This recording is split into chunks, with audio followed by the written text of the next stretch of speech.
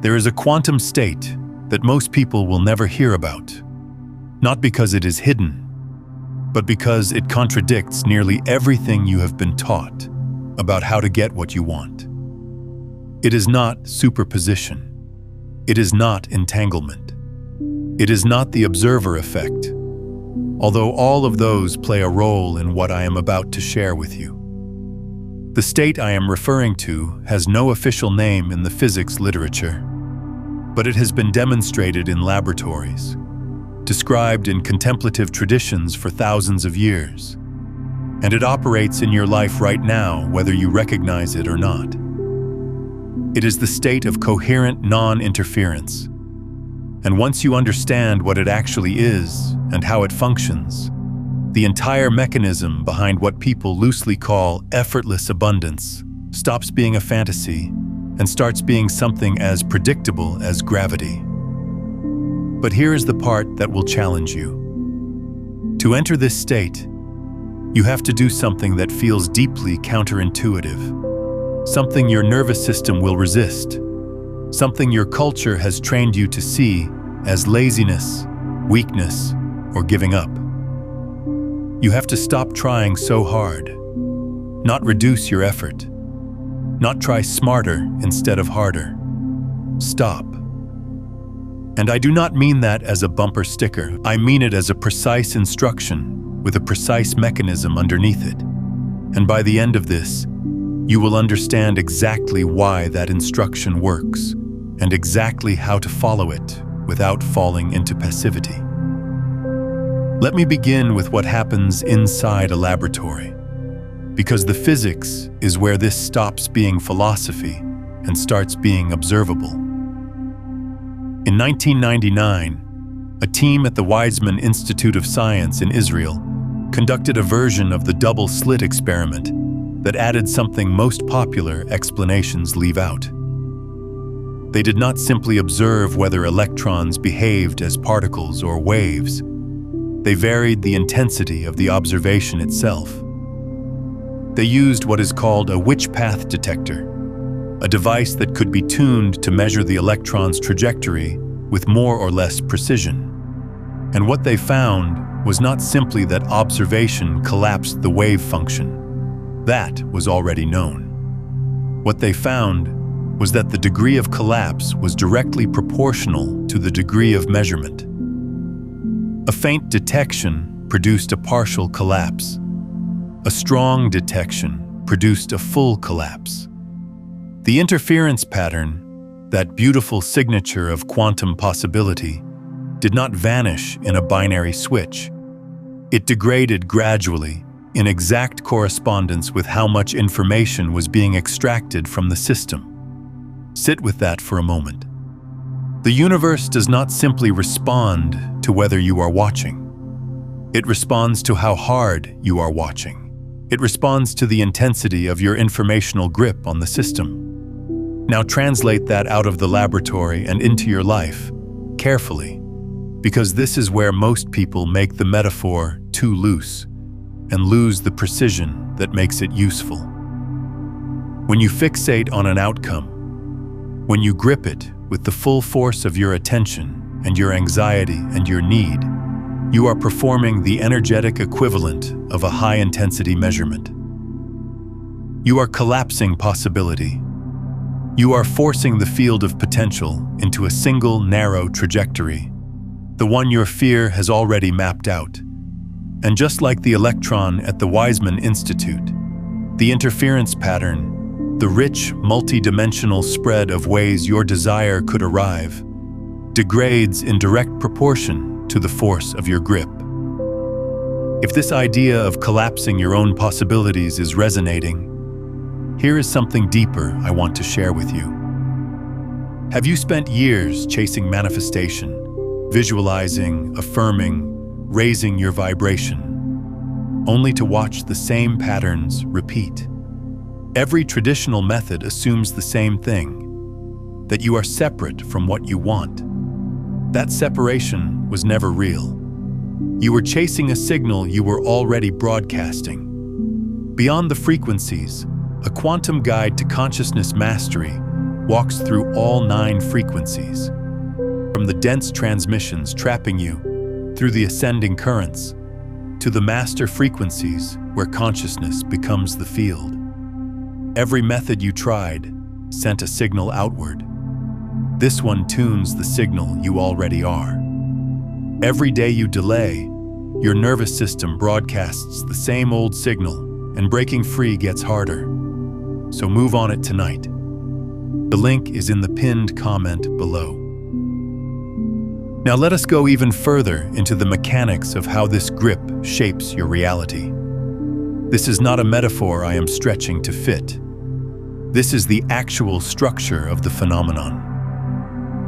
The interference pattern is possibility.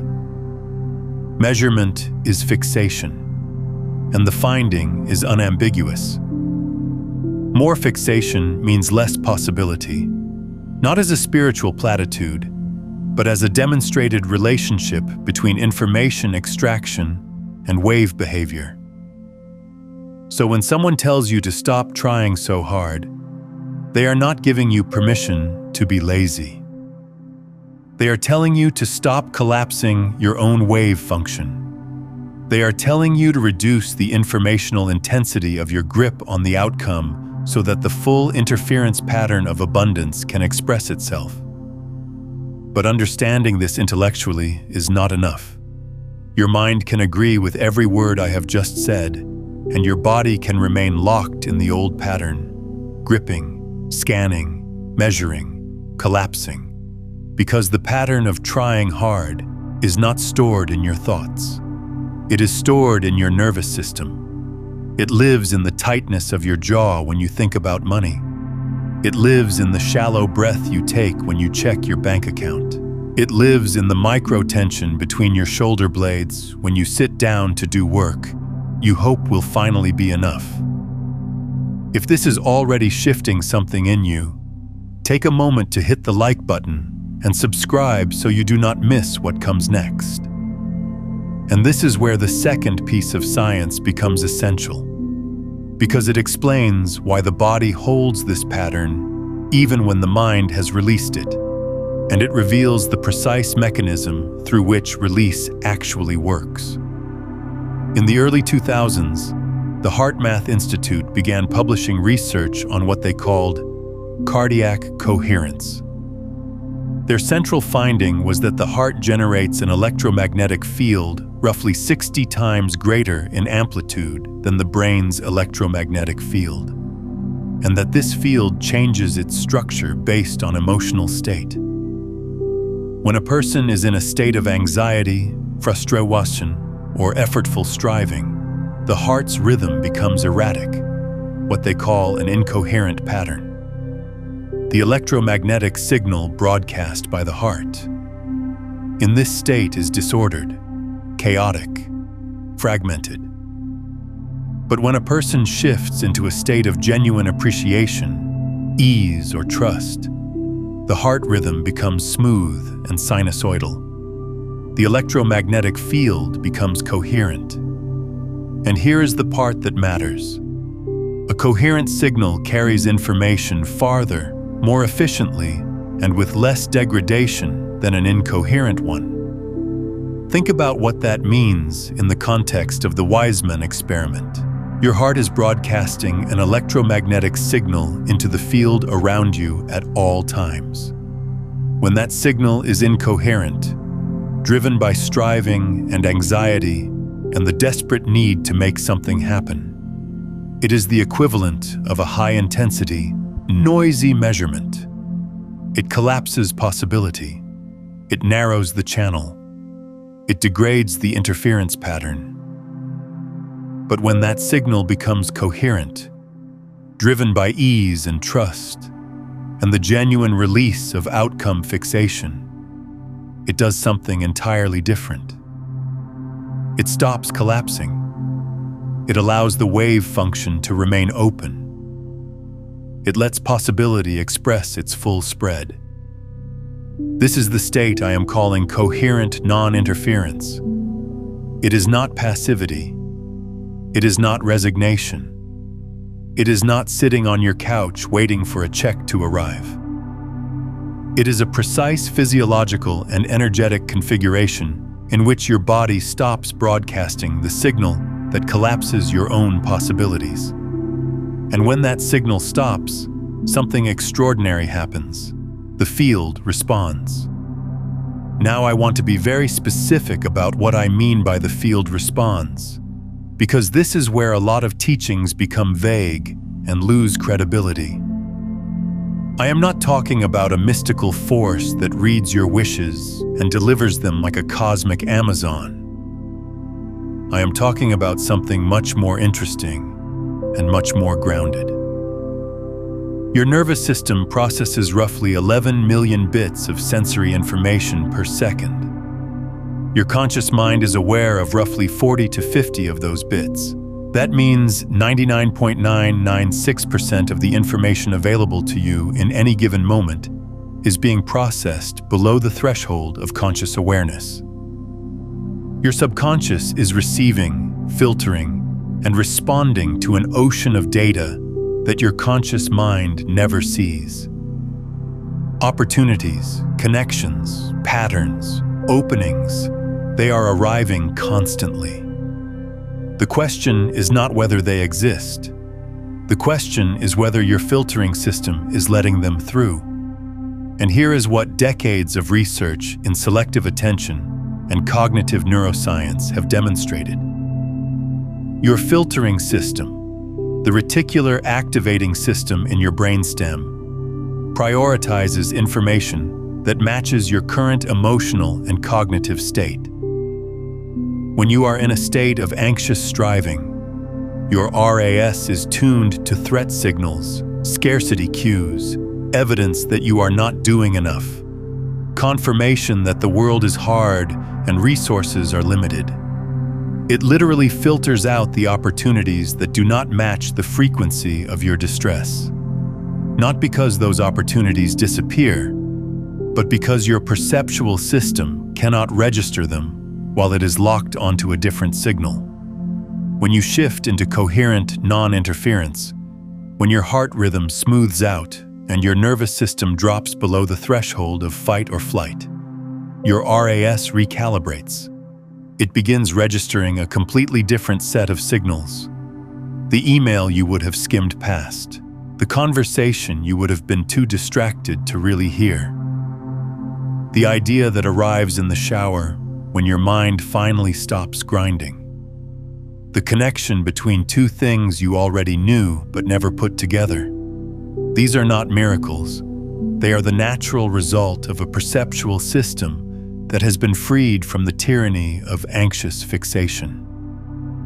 I want to pause here and ask you something.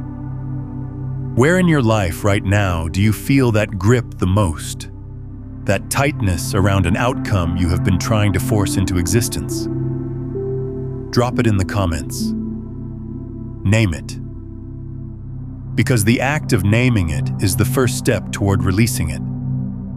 So effortless abundance is not effortless in the sense that nothing happens. It is effortless in the sense that the effort shifts location. Instead of efforting at the level of action, forcing, pushing, strategizing, grinding, you effort at the level of state. You do the precise, demanding, unglamorous work of shifting your nervous system out of incoherent striving and into coherent allowing.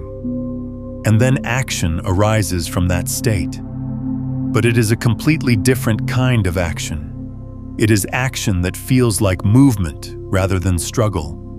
It is action that has the quality of water finding its way downhill rather than being pumped uphill against gravity. Let me make this concrete, because I promised you specificity and I intend to deliver it. There is a phenomenon in physics called quantum tunneling. In classical mechanics, if a particle does not have enough energy to cross a barrier, it cannot cross. Period. The barrier is absolute. But in quantum mechanics, particles routinely appear on the other side of barriers they do not have enough energy to cross. They do not go over the barrier. They do not go around it. They pass through it, as if the barrier, for a brief moment, simply was not there. The mechanism behind tunneling is the wave nature of the particle. Because the particle exists as a probability wave, and because probability waves do not drop to zero at the boundary of a barrier, but instead decay exponentially through it, there is always a non-zero probability that the particle will be found on the other side. The thinner the barrier and the lower the energy gap, the higher the probability. But even thick barriers with significant energy gaps can be tunneled through. It just becomes less likely, not impossible. Now here is what I want you to notice about tunneling. The particle does not try harder. It does not accumulate more energy to brute force its way through the barrier. It does not develop a strategy for barrier penetration. What happens is that its wave nature, its fundamental existence as a spread of probability rather than a fixed point, allows it to appear where classical physics says it cannot be. The very quality that makes tunneling possible is the quality of not being fixed, not being collapsed, not being pinned to a single definite state. This is exactly what happens in your life when you stop collapsing your own wave function through anxious fixation. The barriers that seemed absolute, the financial ceiling you could not break through, the relationship pattern you could not escape, the creative block you could not push past. These barriers are real at the classical level of fixed, effortful, particle-like behavior. But when you shift into the wave state, when you stop trying to be a fixed point forcing its way through a wall and instead allow yourself to exist as a spread of possibility, you begin to tunnel. You begin to appear on the other side of barriers you did not have enough energy to cross through force. I have seen this happen in ways that look like coincidence to the outside observer, but feel like inevitability to the person experiencing them. The job offer that arrives the week after you finally stopped desperately applying. The creative breakthrough that comes the morning after you surrendered the project and went for a walk. The financial opening that appears precisely when you released your death grip on the numbers. These are not rewards for giving up. They are the natural consequence of a system that was finally allowed to operate in its wave state, rather than being forced into its particle state by the intensity of your measurement. But I want to be honest with you about something, because this is where the teaching gets difficult and where most people fail. The instruction to stop trying so hard sounds simple. It is one of the hardest things a human being can do. And the reason it is so hard has nothing to do with willpower or discipline. It has to do with the nervous system's relationship to safety. Your body does not grip outcomes because it is foolish. It grips outcomes because at some point in your history, the absence of control was associated with danger.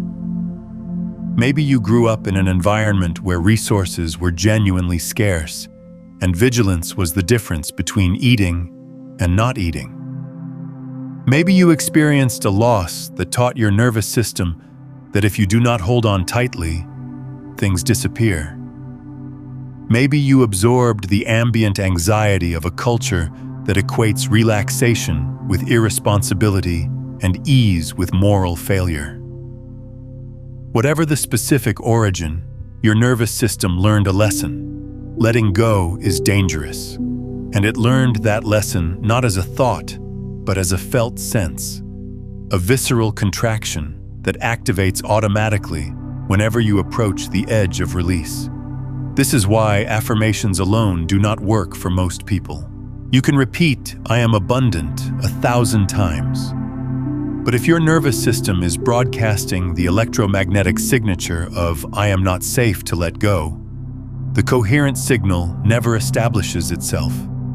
The affirmation is a conscious thought, 40 bits of information. The nervous system pattern is a subconscious program running on 11 million bits. The program wins every time unless you address it at the level where it lives. So how do you address it? Not through more thinking, not through more strategy, through the body, through the precise, patient, unsexy work of teaching your nervous system that release is safe.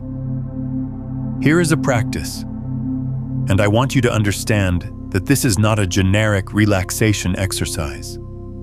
This is specifically designed to address the mechanism I have been describing, the relationship between nervous system coherence, informational grip, and wave function collapse.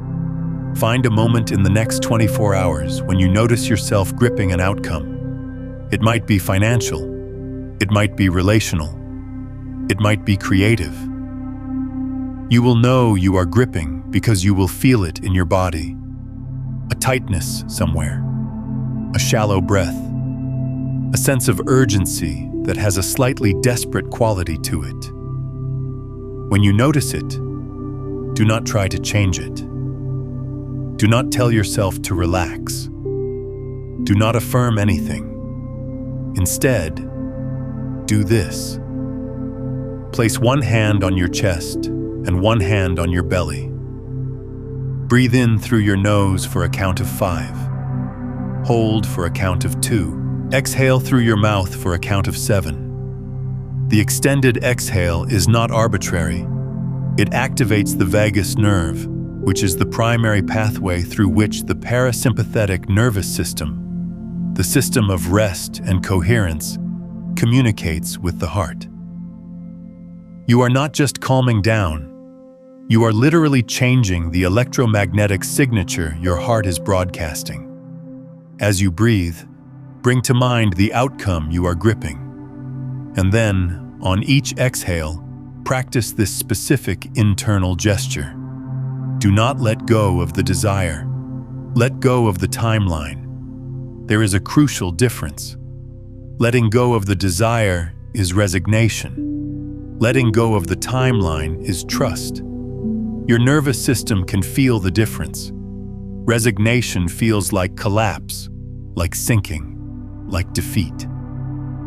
Trust feels like expansion, like opening, like space. If you are doing this correctly, you will feel a subtle but unmistakable softening somewhere in your torso. It might be your solar plexus. It might be your throat. It might be behind your sternum. That softening is the moment your electromagnetic signal shifts from incoherent to coherent. That softening is the moment you stop collapsing your own wave function. Do this for 3 minutes, not 30, not an hour. 3 minutes, because this is not about duration, it is about precision. 3 minutes of genuine, coherent non-interference is worth more than 3 hours of effortful meditation where you are secretly trying to manifest the whole time. Now I want to take you deeper into something that most teachings on abundance completely ignore. And it is the reason why so many people understand these concepts intellectually, but cannot seem to make them work. The issue is not understanding. The issue is identity. There is a concept in quantum mechanics called the eigenstate. An eigenstate is a state in which a particular observable has a definite value. When a system is in an eigenstate of energy, its energy is definite. When it is in an eigenstate of position, its position is definite. The crucial thing about eigenstates is that a system can only be in an eigenstate of one observable at a time for certain pairs of observables. This is the essence of the Heisenberg uncertainty principle. You cannot simultaneously have a definite position and a definite momentum. Precision in one means uncertainty in the other. Now apply this to identity. Most people are trying to create abundance from an eigenstate of lack. Their identity, the definite value of who they know themselves to be, is the person who does not have enough. The person who has to work hard. The person for whom money is difficult. the person who is always almost there, but never quite arriving. This is their eigenstate, and from within that eigenstate, every action they take, every strategy they employ, every manifestation technique they attempt is being performed by the person who does not have enough. The eigenstate determines the outcome, not the technique. This is why two people can use the same strategy with completely different results. One person starts a business from the eigenstate of, I am someone who creates value effortlessly, and the business grows. Another person starts the same business from the eigenstate of, I am someone who has to prove my worth, and the business becomes a grind. The actions look identical from the outside. The eigenstate is completely different. And the eigenstate is what the field responds to, because the eigenstate is the actual informational content of the signal you are broadcasting. So the real question is not how do I attract abundance? The real question is what eigenstate am I operating from? And if the answer is the eigenstate of lack, of striving, of not enoughness, then no technique, no strategy, no amount of effort will produce the result you want, because the result is being generated from within a state that has lack as its definite value. Changing your eigenstate is not the same as changing your thoughts. You can think abundant thoughts while your eigenstate remains lack. The thoughts are surface. The eigenstate is substrate. It is the felt sense of who you are at the level below thought, at the level where your nervous system makes its fundamental assessment of your relationship to the world. Am I safe or threatened? Am I enough or insufficient? Am I the river, or am I standing on the bank trying to redirect the river with my hands? And this is where the teaching circles back to the body, because the eigenstate is not stored in your beliefs. It is stored in your physiology. It is the baseline tension in your muscles. It is the default rhythm of your heart. It is the habitual depth of your breath. It is the set point of your nervous system, the place it returns to when you are not actively trying to be somewhere else. This is why I keep emphasizing the body, not because the mind is unimportant, but because the mind can lie. You can think you have shifted when you have not. You can believe you have released when your body is still gripping. But the body does not lie. The body is the instrument through which the eigenstate expresses itself. And it is through the body that the eigenstate is changed. Let me ask you this. Have you ever had a moment, even a brief one, where you completely stopped trying and something you wanted simply showed up? Tell me about it in the comments. Because those moments are not accidents. They are evidence that what I am describing is already operating in your life. Let me introduce another piece of science here that illuminates this beautifully. In the 1990s, the neuroscientist Benjamin Libet conducted a series of experiments that demonstrated something deeply unsettling to our usual understanding of free will. He found that the brain's readiness potential, the electrical buildup that precedes a voluntary action, begins approximately 350 milliseconds before the person becomes consciously aware of their intention to act. In other words, the body decides before the mind knows it has decided. The conscious experience of choosing comes after the neural process of choosing has already begun. This has been replicated and extended many times since.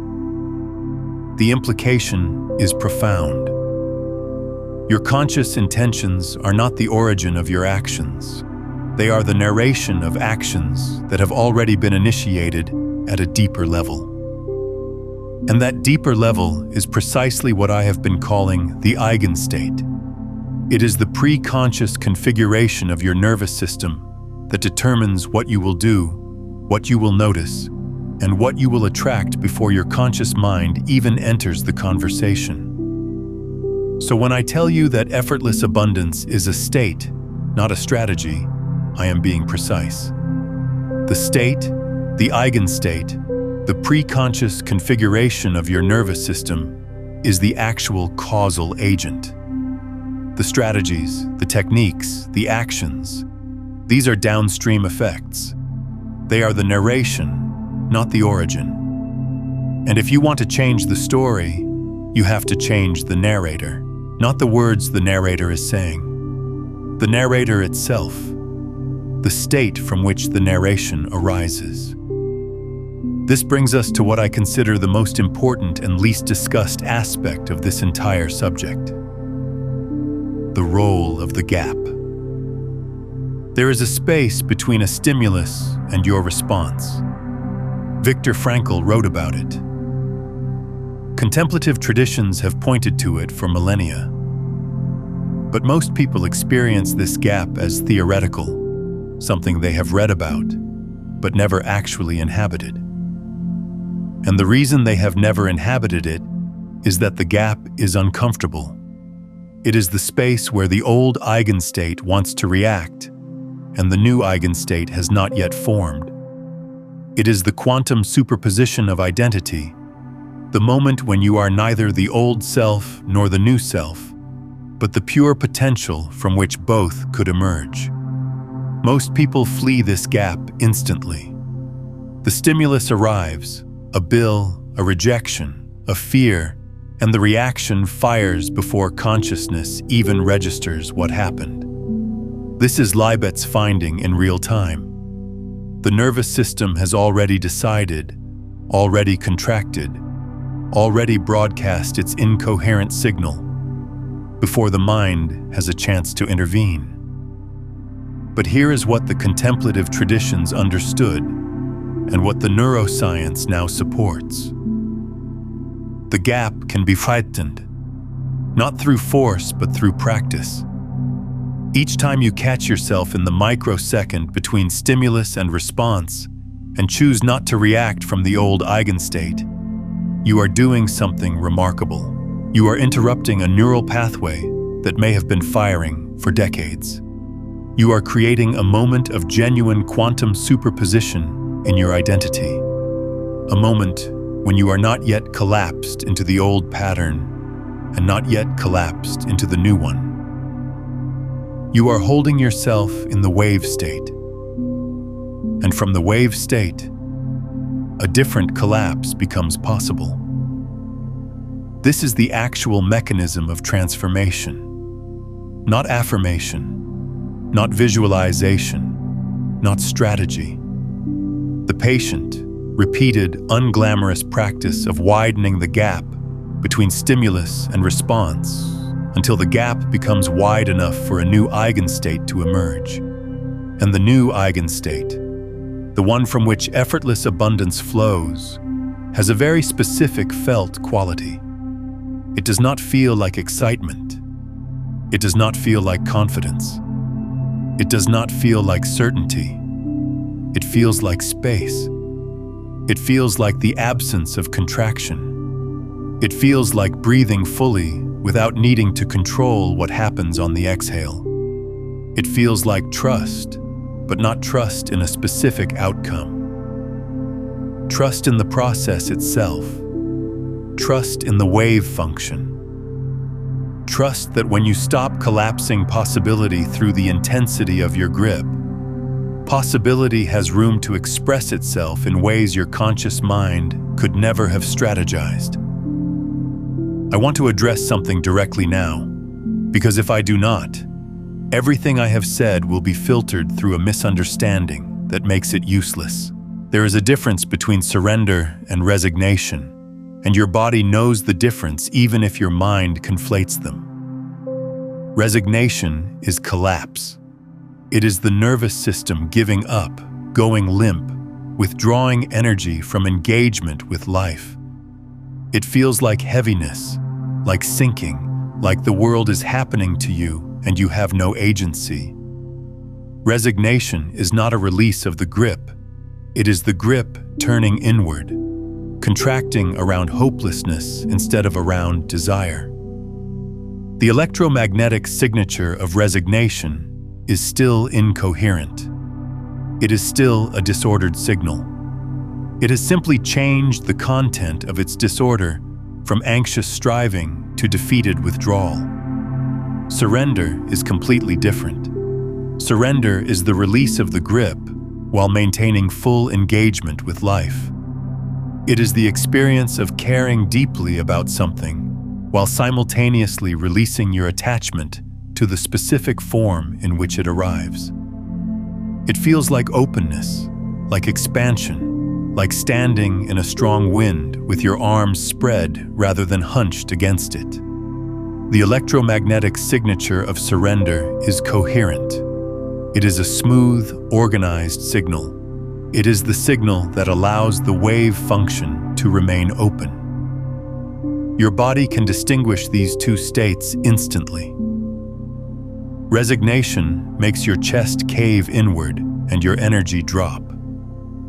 Surrender makes your chest open and your energy rise. If you are practicing letting go and you feel yourself sinking, you are resigning, not surrendering. Come back to the breath. Come back to the extended exhale.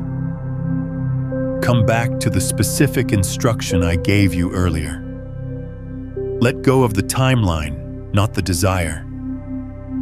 Feel for the opening rather than the collapse.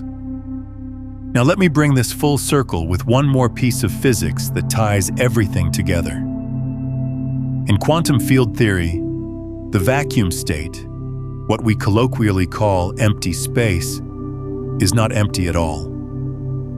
It is seething with what physicists call zero-point energy, virtual particles constantly flickering in and out of existence, a field of pure potential that never reaches zero even at absolute zero temperature. The vacuum state is the most energetically active state in physics. It contains, by some calculations, more energy per cubic centimeter than all the matter in the observable universe.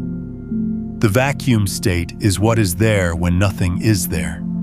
It is the potential that exists before anything has been manifested, before any wave function has been collapsed, before any measurement has been made. It is the field in its purest form, undisturbed, uncollapsed, vibrating with infinite possibility. And this is what you are accessing when you enter coherent non-interference. You are not creating something from nothing. You are aligning with the something that is already there. The infinite potential that exists in the field before your anxious measurement collapses it into scarcity. The abundance is not something you have to generate. It is something you have to stop preventing. It is the zero-point energy of your life, the potential that is always present, always available, always seething with possibility, but only accessible when you stop collapsing it through the incoherent signal of your striving. This is why the instruction is stop trying so hard rather than try differently. Because trying differently is still trying. It is still measurement. It is still the informational grip that degrades the interference pattern. The instruction is not to modify the grip, but to release it. Not to find a better strategy for collapsing the wave function, but to stop collapsing it altogether. And when you do, when you genuinely enter the state of coherent non-interference, something happens that is difficult to describe but unmistakable when you experience it. Life begins to have a quality of flow that is qualitatively different from anything produced by effort. Things arrive with a timing that feels orchestrated but was not planned. Connections form that feel inevitable but were not engineered. Resources appear that feel provided but were not pursued. This is not magic. This is the natural behavior of a system that has been allowed to operate in its wave state, where the full interference pattern of possibility is intact and the probability of favorable outcomes is maximized. But I want to be clear about something. This does not mean you stop acting.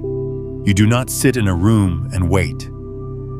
What changes is the source of the action. In the old eigenstate, action arises from anxiety, from the desperate need to make something happen, from the belief that if you do not push, nothing will move. In the new eigenstate, action arises from inspiration, from the clear impulse that emerges when your perceptual system is no longer blinded by fear, from the natural movement of a system that is in coherent alignment with the field. The action that arises from coherent non-interference has a completely different quality.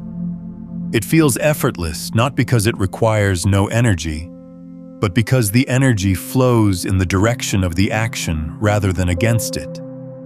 It is the difference between swimming downstream and swimming upstream. Both require movement, but one feels like struggle and the other feels like being carried. And here is the final piece, the one that makes this permanent rather than temporary. The reason most people experience moments of flow and then lose them is that they treat the state as something to achieve rather than something to maintain. They have a breakthrough, they feel the shift, abundance begins to flow, and then they do something that seems logical but is actually fatal. They start gripping the state itself. They start trying to hold on to the feeling of ease. They start measuring whether they are still in flow. And the measurement, the grip, the anxious monitoring of their own state collapses the very thing they are trying to preserve.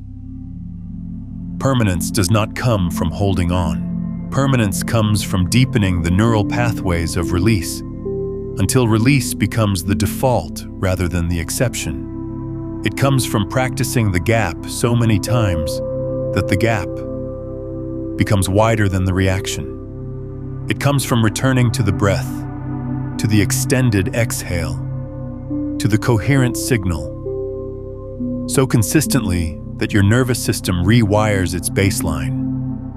Not overnight. Not in a weekend workshop. Through the patient, daily, undramatic practice of choosing the wave state over the particle state, again and again, until the wave state is no longer something you do, but something you are.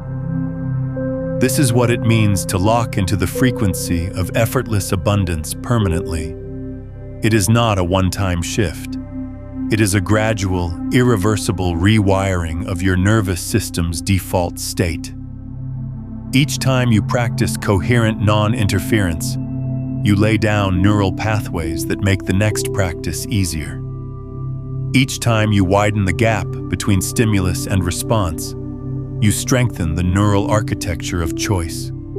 Each time you release the timeline while holding the desire, you teach your body that trust is safe. And over time, weeks, months, the accumulation of these micro-practices reaches a tipping point where the old eigenstate of striving simply cannot sustain itself against the weight of the new pattern. This is not theory. This is neuroplasticity. The brain physically restructures itself in response to repeated experience. The neural pathways you use most become the neural pathways that fire most easily. If you spend years in the eigenstate of anxious striving, those pathways become superhighways, and the pathways of ease become overgrown trails. But the reverse is equally true. Every moment of genuine, coherent non-interference is a moment of trail clearing, of path building, of laying the neurological foundation for a permanent shift in your default state. So here is what I want to leave you with. Not a promise, not a guarantee, a practice and an understanding. The understanding is this: effortless abundance is not a reward for good behavior. It is not a prize for positive thinking. It is not a cosmic payment for spiritual practice. It is the natural, default, inevitable behavior of a system that has stopped interfering with itself. It is what happens when the wave function is allowed to remain open. It is what happens when the electromagnetic signal of the heart becomes coherent. It is what happens when the reticular activating system is freed from the tyranny of threat detection and begins registering the ocean of opportunity that was always there. The practice is this: return to the breath. 5 counts in, 2 counts hold, 7 counts out. Place your hands on your body. Feel the grip. Name the outcome you are collapsing. And on each exhale, release the timeline, not the desire. The timeline. Feel for the softening. Feel for the space. Feel for the opening that is the felt signature of coherent non-interference. Do this once today. Do it again tomorrow. Do it when you notice the grip returning, which it will, because the old eigenstate does not dissolve without resistance.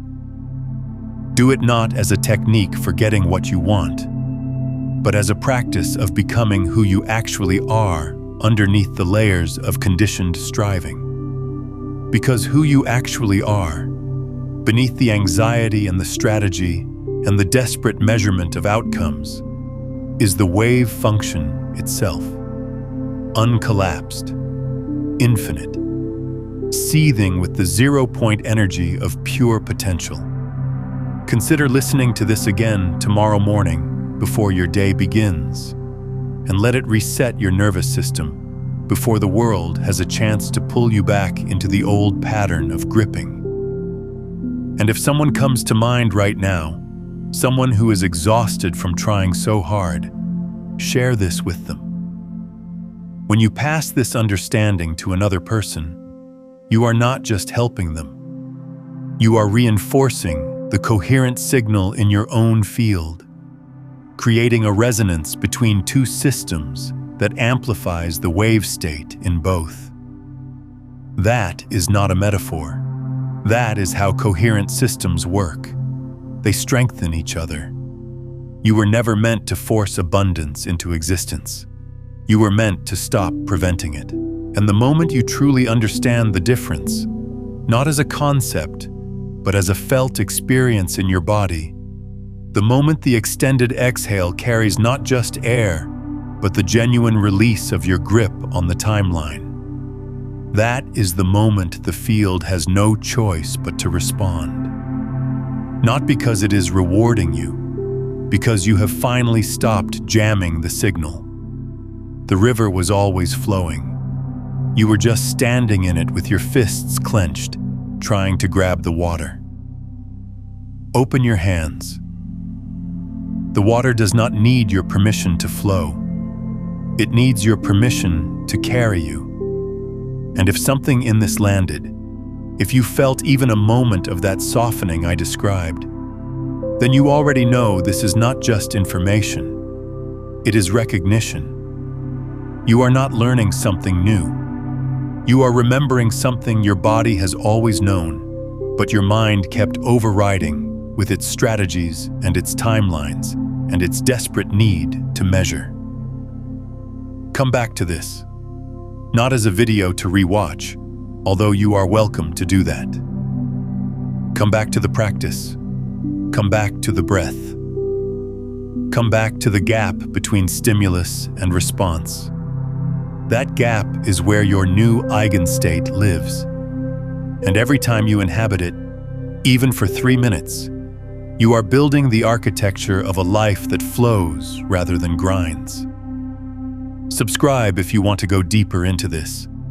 Leave a comment describing the one outcome you are going to practice releasing the timeline on. Not because the comment changes anything in the field, but because the act of naming it, of making it specific, of declaring it in a space where others are doing the same, creates a coherence that amplifies the practice. And share this with someone who is exhausted from trying so hard, someone whose nervous system is broadcasting the signal of striving and cannot understand why the abundance is not arriving. They do not need another strategy. They need to understand the physics of why their grip is the problem. The wave function is waiting. It has always been waiting. Stop measuring. Stop collapsing. Stop trying to grab the water with your fists. Open your hands. Breathe out longer than you breathe in. And let the interference pattern of your life restore itself to its full, shimmering, impossible, inevitable spread of possibility.